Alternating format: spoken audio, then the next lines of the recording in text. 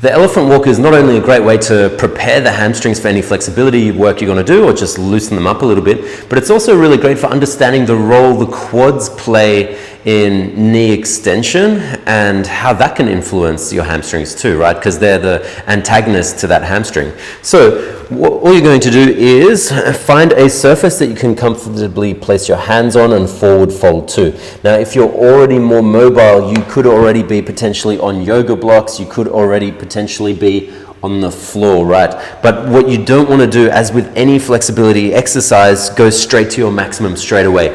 You want to allow that time to sink in and settle into the stretch to build trust with the body and your CNS so that you can make this more accessible and then get more out of it as well. So for example, you might start on a high box here, and you're just going to start by bending both knees. Now, before we go into the actual movement, a couple of things to keep in mind is that I'm keeping the feet underneath the hips. That's first and foremost. You can actually play with a little bit wider, a little bit narrower.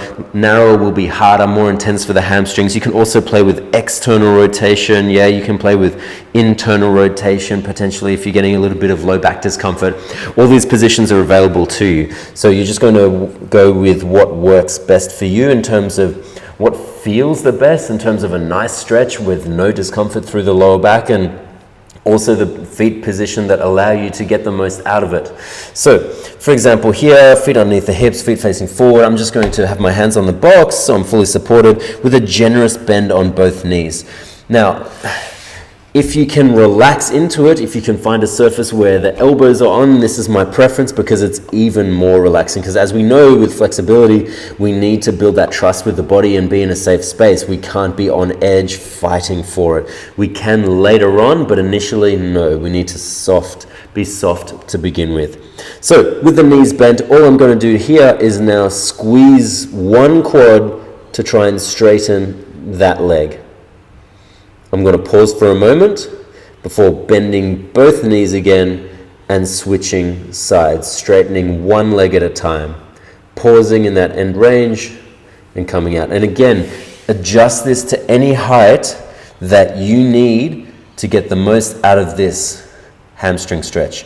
Now, a big thing that I mentioned at the start was we're talking about knee extension here. So that's your ability of your quad to contract to its maximum capacity. You can almost think of hyperextending the knee, unless you are double jointed or have hyperextension issues, but you can really contract that quad to its maximum to really start to access the length through the back of the leg here.